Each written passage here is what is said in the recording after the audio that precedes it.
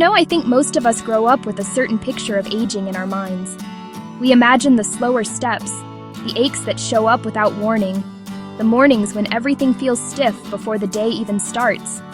We imagine needing help for the simplest things, tying our shoes, getting out of a chair, climbing a few steps. But what if aging didn't have to look like that? What if you could stay strong, flexible, and independent deep into your 70s, 80s, even 90s? Picture this. It's a bright morning, the kind where sunlight hits your kitchen tiles just right. You stand up from your chair without grabbing the table. You stretch your arms overhead without anything cracking. You walk to the mailbox with a steady, confident stride. You bend down to pick a bag of groceries without thinking twice. That life isn't just possible, it's already happening, in massive numbers, in one of the longest living cultures on Earth, Japan. Japan doesn't just have more people living past 90, they have more people thriving past 90. Cooking, walking, gardening, traveling, laughing, living, not stuck in a chair, not afraid of falling, not thinking, my body can't do this anymore. And if you spend time with them, you'll notice something fascinating. Yes, they eat well, yes, they walk a lot, but there's a quiet habit they take even more seriously than most Americans realize. Stretching. Not the random warm-up stretches we did in high school gym class. Not the touch your toes and hope for the best routine. I'm talking about deeply intentional, scientifically supported, slow and steady Japanese longevity stretches. Every morning, every evening, every day. These movements keep joints young, they keep the nervous system calm, they keep circulation flowing, they keep the hips, spine, and legs flexible. 3 areas that determine more than 80% of your mobility as you age. The truth is, these stretches aren't about looking youthful or trying to impress anyone. They're about freedom. The freedom to move on your own. The freedom to stay independent. The freedom to enjoy your life without worrying that your body is slowly becoming a cage. And today, we're diving deep into the most powerful 7 Japanese longevity stretches. Practices rooted in ancient wisdom, backed by modern science, and performed daily by some of the healthiest elders in the world. We're going to start exactly where the Japanese start, the spine. Because when your spine ages well, everything ages well. Let's talk about a classic, Cobra pose. Now, if you've ever spent too much time sitting, slouching, or sleeping in weird positions, and let's be real, that's all of us, your spine starts rounding forward. Your chest collapses. Your shoulders drift inward. Your breathing gets shallow without you noticing. It's that slow, sneaky rounding that most people don't pay attention to, until suddenly they realize they can't stand up perfectly straight anymore. But here's the cool thing. Japanese seniors use Cobra pose as their anti-aging signal for the spine. It literally reminds your body of what an upright posture feels like. Imagine gently lifting your chest off the ground and saying to your nervous system, "Hey, I'm still here, I'm still strong, I'm still upright." When older adults in Tokyo, Osaka, and Okinawa practice Cobra, they do it with this quiet kind of confidence.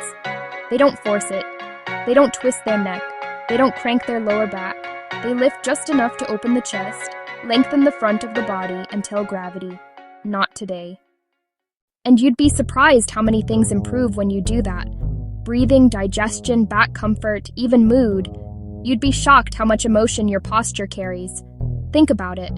When you're slouched, you feel tired, smaller, older. But when you open your chest and lift your spine, even a little, your body instantly feels more alive. Here's the best part. You don't need to look like a yoga instructor doing Cobra. You just lie down, place your hands under your shoulders, lift gently, keep your glutes relaxed, and breathe. That's it. 30 slow seconds, once or twice a day. That alone can start reversing years of stiffness. Now let's move from your spine down to one of the most underrated regions of the body, your calves.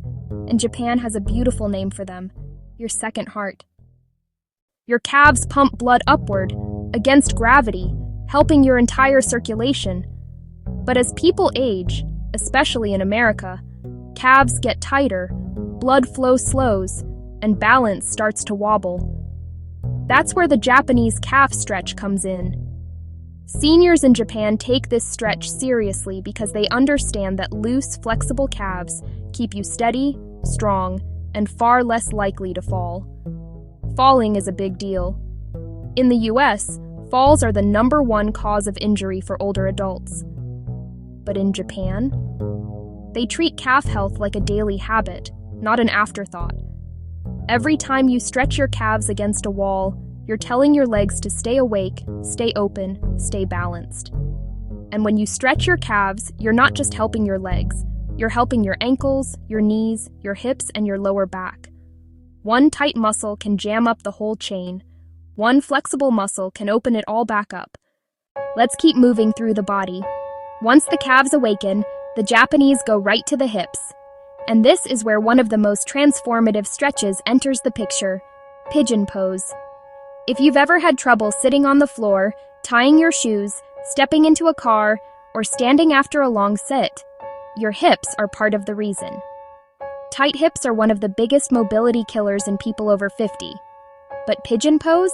It's like giving your hips a second life. It releases deep muscles that most people never stretch.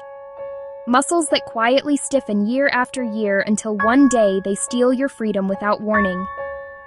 Japanese elders know that hip flexibility equals independence. They stretch their hips not to be flexible, but to stay functional. There's a difference. Pigeon pose teaches the body patience. It teaches your muscles to melt instead of fight. It teaches your breath to slow down, not speed up. And over time, it teaches your brain that this part of your body is safe to move again. You don't force pigeon, you breathe through pigeon. And slowly, the hips begin to open like a door that hasn't been used in years. Once your hips begin to open, something interesting happens. You start noticing parts of your body that had been holding tension for years, without your awareness. Your lower back suddenly feels lighter. Your knees feel less strained. Even your walking rhythm starts to change, becoming smoother, softer, more natural. That's the magic of working with the hips. It's like adjusting the foundation of a house. Everything above and below it shifts into balance.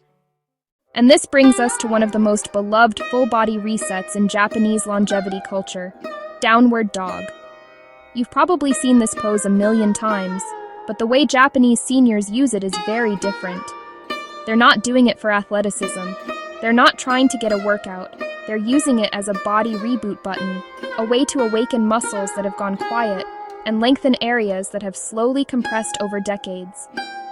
Downward dog stretches your entire posterior chain, from your Achilles tendons all the way up to the base of your skull.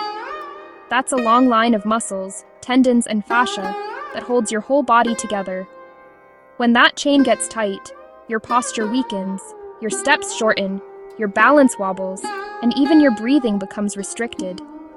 But when that chain opens, suddenly your body feels connected again, like all the wires have been plugged back in. Japanese seniors modify downward dog beautifully.